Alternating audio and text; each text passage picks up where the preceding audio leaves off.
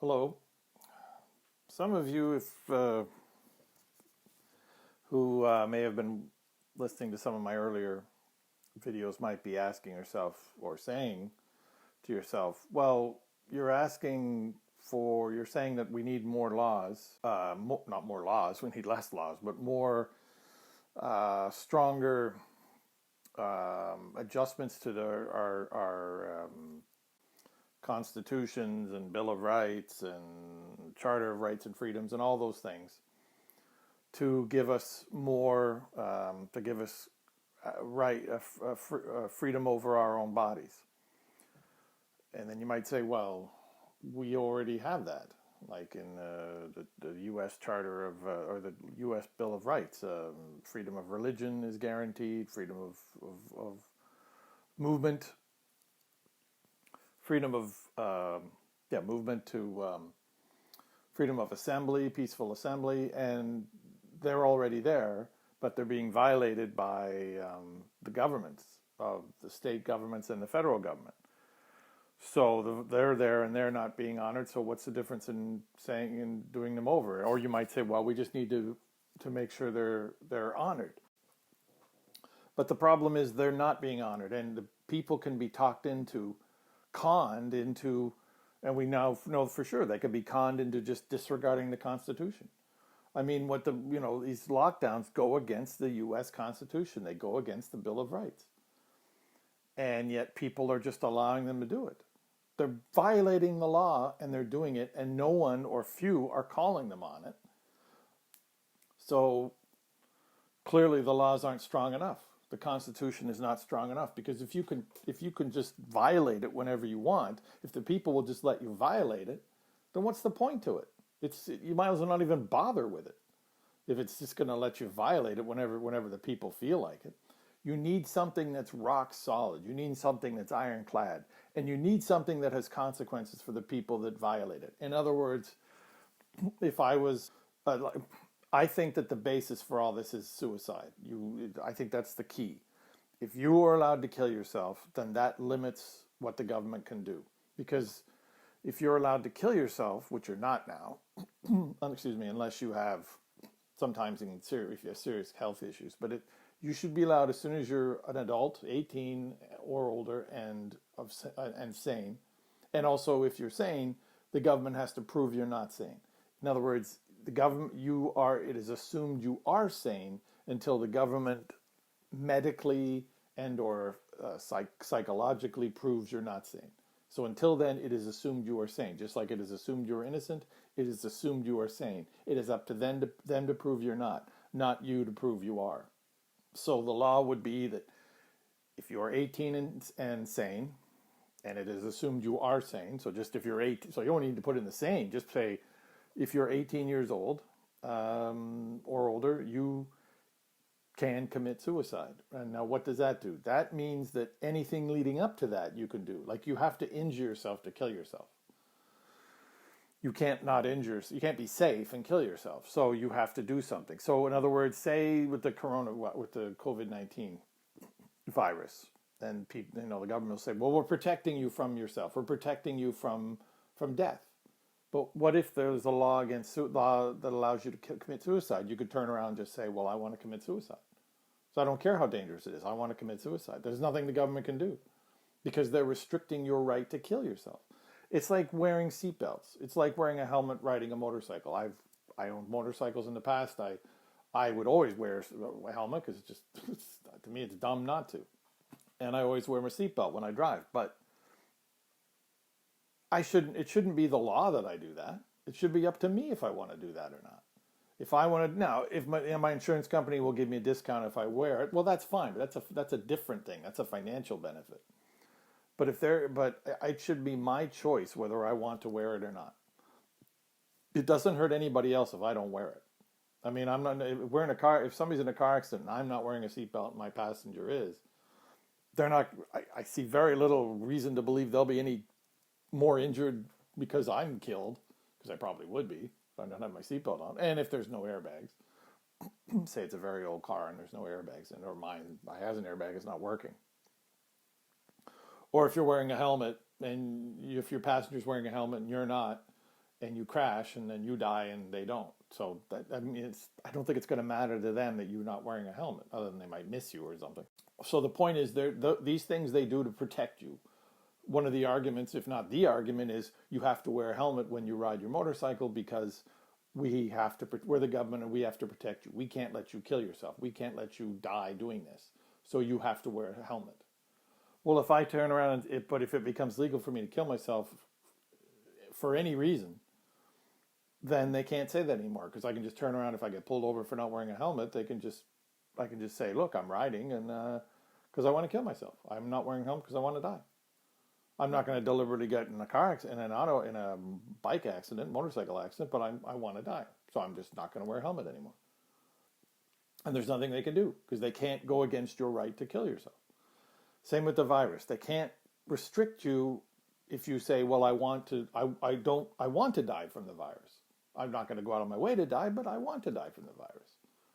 So they can't restrict you. I know that sounds goofy, but the point is that if they take, that's where, in my opinion, I could be wrong, and I need you need a constitutional expert to tell me to make it, for certain, to confirm it. But from where I'm sitting, my perspective is, I believe if you can get through legality to kill yourself at any time, then that frees up a whole bunch of stuff. It frees up, on a lesser extent, frees up seatbelts and stuff like that, which is not a big thing, but you should be wearing them anyway. But I mean, in my opinion, but it should be drugs. They can't say you can't take heroin because it's dangerous for you, because you can just say, well, I want to kill myself, so I'm taking heroin.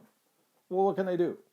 If that's their only argument for not letting you use it, I doubt it is, but if that is, that's gone, because you can just say, basically, as soon as you're saying you can kill yourself anytime you want, they lose the right to look after you.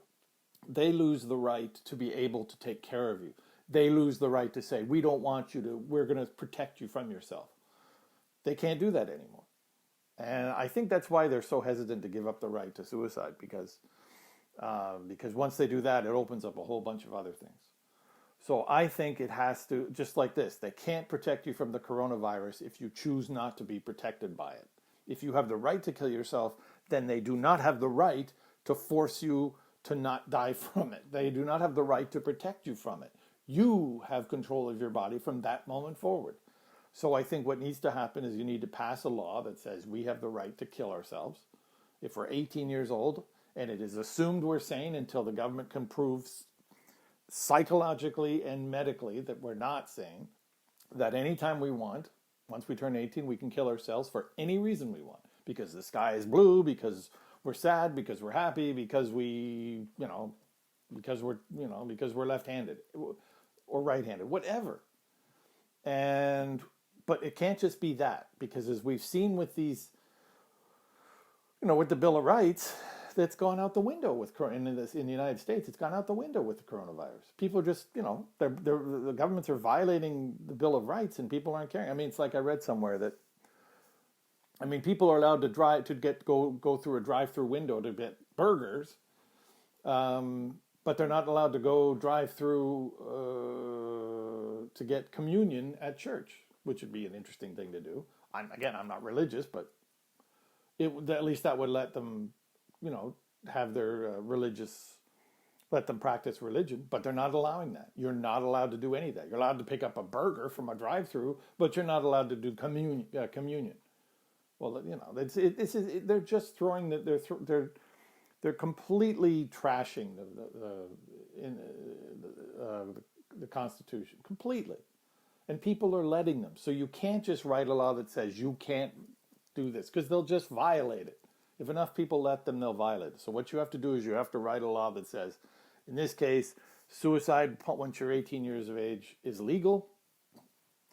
And any politician, this is just a rough way to put it, but any politician who submits such a bill, or any politician who votes for such a bill, is immediately expelled from whatever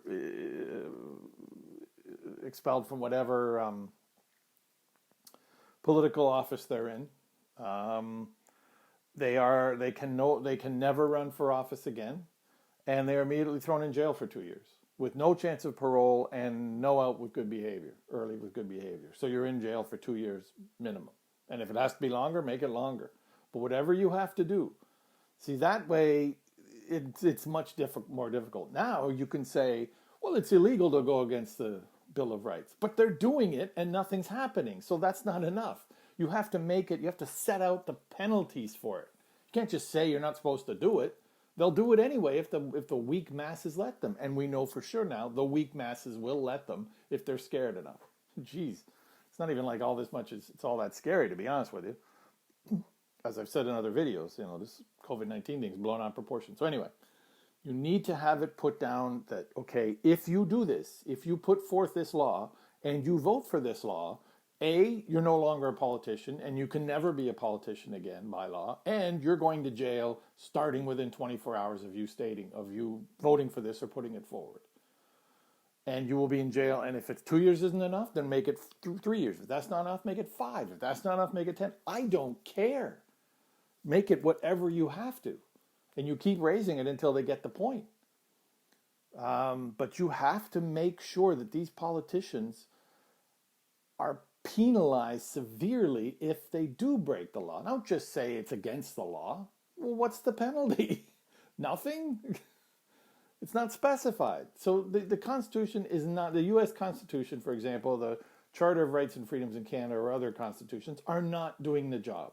They're not strong enough. They don't have enough teeth. So that's what I'm saying. You say, we have the right, once you're 18, you have the right to kill yourself. And any politician that votes for to repeal such a law or to do something that tries to repeal that law or violates that law knowingly, well, forget the knowingly, just violates that law, any politician that votes for it is immediately banned from being a politician ever again in that country, and at any level, municipal, federal, provincial, state, whatever, and they will go to jail for 2 years in a minimum security prison.